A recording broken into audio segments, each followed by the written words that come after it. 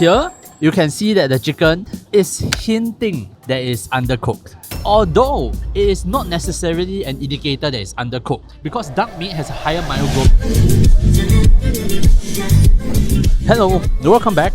Today we are starting in the south at Redhill at Rongji Chicken Rice. We got the usual at the cheapest price in the series so far, $7.50 for drumstick and breast, and a peanut soup. Yes, peanut soup. We start the day with peanut soup. Although it is not very concentrated, it looks pretty light. The rice already looks promising. So,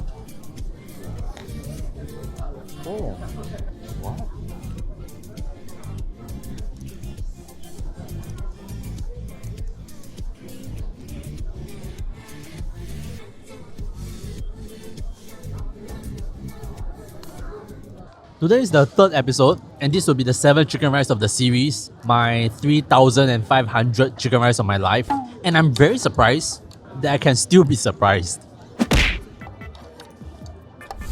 This is the best rice so far. After the first mouth, I was taken aback on how balanced everything is. You can taste the chicken fat, you can taste the aromatics, and the seasoning is on point. If risotto is the sum of all the flavors that they built in the pan, chicken rice will be the sum of the aromatics that you fry the chicken with, the chicken fat that you render, and the broth that you cook it with. Here is expressed very clearly. The rice is Li Li Fen Ming, and one of the early hints that I got is you see these cracks? I like to see these cracks in chicken rice. I always find it a bit sus when the whole bowl of rice is stuck very tightly, like the bowl shape is too perfect. I find that this always results in rice that is too tight. Here is nice, fluffy, separated and soft. Chili is good quality, chicken is tender, but I told you guys, it's not normal. It's not normal. Here, you can see that the chicken is hinting that it's undercooked.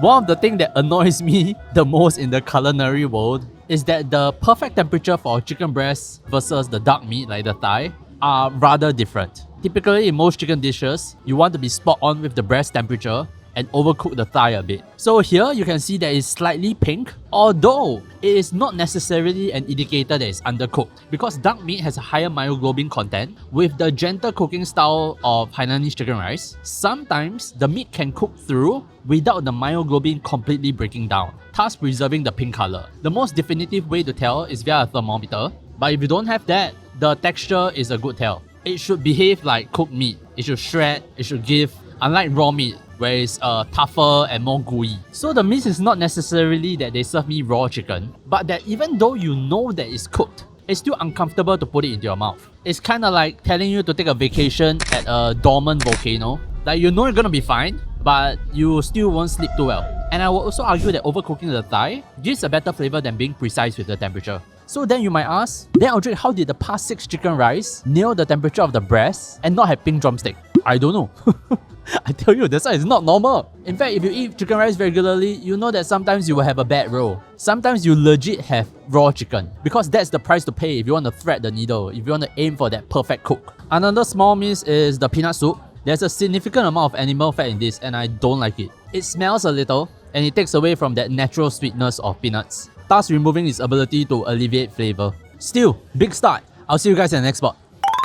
We are now at Balestier at Boon Tong Key. You always knew we had to come here. This should be top 2 biggest names in Singapore's chicken rice scene. Whether or not is it top 2 in taste is not up to me to say. And we got the usual order with kampong chicken. This is 14 before plus, so I will say it's 16 odd.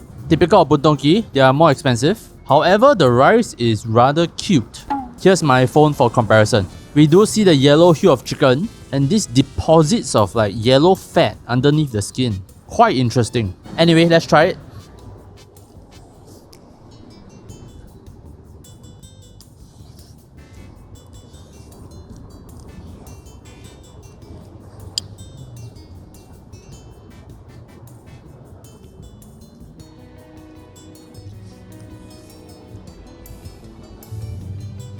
It's very tempting to be contrarian, to not agree with a mainstream spot. But being honest doesn't just mean that you call it when it's bad, you also have to admit when it's good. What a rice! We have talked about starch management, moisture management, fat, and one indicator of quality that pops up often is Li Li Fen Ming. Here, each rice grain is so nice. The moisture, the starch, all collected so well. The integrity of the whole grain, so light, fluffy but solid. This is the most lily-firming rice in the entire series so far. And it's almost like a textbook example. As you pop the rice onto the plate, you can see they don't want to stick. They just slowly crack and then fall apart. But then you might ask, then wouldn't there be not enough flavor? No, which is the magical part. It is very fragrant, very inviting. So delicious, yet after one bowl, you don't feel like you ate anything at all. Being so light, yet carrying so much flavor is quite amazing to me. And then we talk about the chicken. Very nice kampong chicken. The chicken flavor is very obvious, especially underneath the skin here. The sauce that they drizzle on is the sauce that we saw at Huaki and a few other places. This oily, sweet, light sauce. And it doesn't interfere with the chicken flavor, only adding a little bit of accent, a little bit of seasoning to it. I really like the balance. You taste 70-80% chicken, 20% seasoning. I have had quite a few comments suggesting buntonki, that's why I'm here, but also quite a few saying that it's immensely overrated. And the reason might be the following. It's cold. Not cool, cold.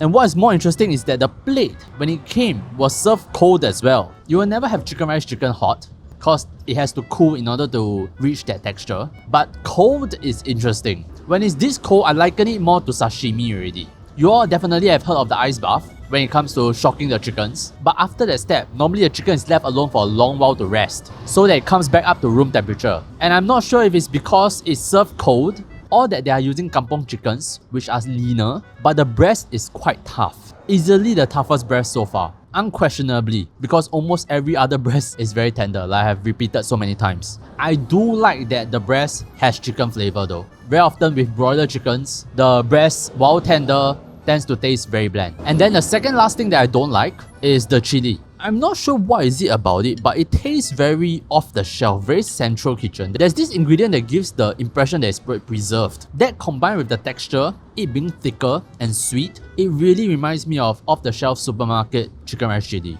It doesn't taste bad necessarily, but I don't like this impression. And then the last thing is that at $16, I don't get a soup. In my rubric, the soup is considered part of chicken rice. We are still early in the series, but I want to say that this paints a dangerously close picture to what I want my chicken rice to be like. Specifically, this rice that you feel like you can eat forever, and this balance between chicken and seasoning. Let's see what the third place of the day brings us.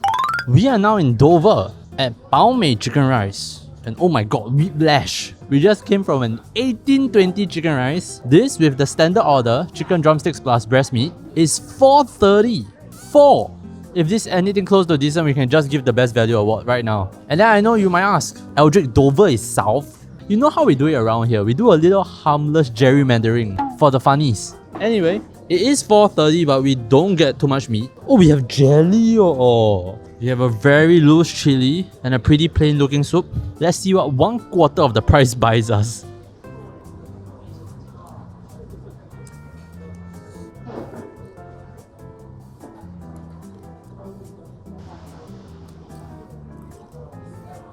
Well, the bad news is we don't have the best value winner of the series just yet. The good news is that it's $4.30. $4.30! At $4.30, it's decently flavoured. We do get broiler chicken, but it's well cooked nonetheless. Tender breast, even having jelly, very legit. It's not seasoned with much, nor is there a sauce. They serve it with the rice. I believe they are banking on the rice to season the chicken, because the rice itself is quite salty. Coming from buntongi, the difference in balance is a lot. Seasoning and umami aside, the part that I don't like is the amount of starch. You can see how cakey the rice is, almost to the point of glutinous rice. And I want to have a little bit of audience participation here. What's the most common reason for too much starch in the rice? You can think about that while I move on to the other misses. The soup. We do get a soup, a chicken soup, but it feels like it was cooked with a chicken carcass with nothing much else. The chili is very watery. It is made with the same typical ingredients but watered down somehow. The spiciness and the acidity is still there, but that's pretty much all you taste. I know it's not fair to compare two chicken rice 4 times the price apart, back to back, but I don't know who is it not fair to. Do you buy that if you can get chicken rice for 1/4 of the price, it undermines buntongi's? Or the quality that you can buy with 4 times the price?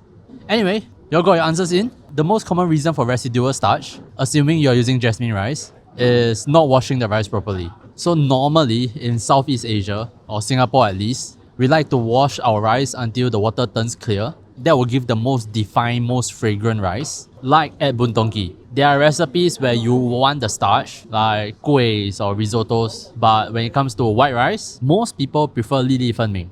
Alright, all done here, let's move on to Cafe O'Clock. We are now at Bread Yard at 1 North, and I ordered a blue pea yuan yang. What is this then? $8 yuan yang? I just cannot resist specialty drinks like this. I'm drawn to it like a moth to flame.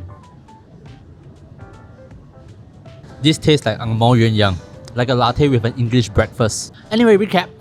Good rice today, huh? Between Rongji and Boon it's really a skill to add more flavor without making the rice overbearing. So to briefly go through chicken rice recipe, fry raw rice with garlic, ginger and chicken fat, and then you scoop that out into a rice cooker. You add a combination of water and chicken broth, maybe throw in some pandan leaves and lemongrass, and then you let it cook. That's the basics of it. But to balance the seasoning, the aromatics, the chicken fat, while still preserving the integrity of the rice grain, there are actually a lot of interplaying factors. Chances are, if you just whack it, you'll come up with something pretty delicious. The chicken rice recipe is cool like that. You don't believe me, you can try a very shortcut version of chicken rice. You buy Popeye's fried chicken, put that along with plain water and raw rice into the rice cooker. It is actually pretty surprising how good the results are. And then the other thing that I want to recap is kampong chicken. If I recall correctly, kampong chicken is not a strictly regulated term in Singapore. Traditionally, it means that chickens who are free to roam their kampong, they are free to forage whatever they want to eat, insects, grains, whatnot. And also, again, they have a high step count. And they are also butchered later, about 70 to 90 days. This results in what we talked about, a leaner meat that is stronger in flavor. This is as opposed to broiler chickens, which grow faster, are slaughtered earlier, but their meat is tender and not as flavorful. I feel like I'm getting a good idea of both chickens this point of the series, but I'm tempted to do a blind taste test to see if it's really discernible. As of this point, I feel the breast meat is very obvious. The breast meat of broiler chickens are close to tasteless, but you still get that chicken gaminess even in kampong chicken's breast meat. But I digress too far. I think today's ratings are pretty straightforward. 1 plate I'll walk for the chicken rice, 2 plates I'll take a bus for the chicken rice, and 3 plates I'll go anywhere in Singapore for the chicken rice. And the chicken rice today gets 2-3. I realize I haven't gave my I'm not a full authority speech this series. I say at least once every series. Yeah, LJ, everybody has their own preference. What you like might not be what I like and vice versa. Do I need to repeat it?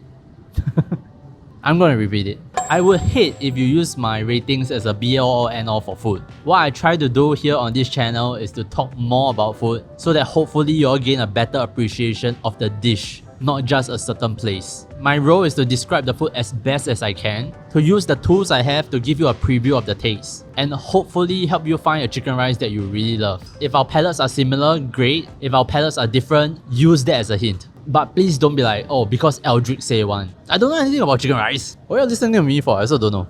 Anyway, that's it for the chicken rice in the south. Next week we move on to the west. And if you have been on the channel long enough, you know that something is coming.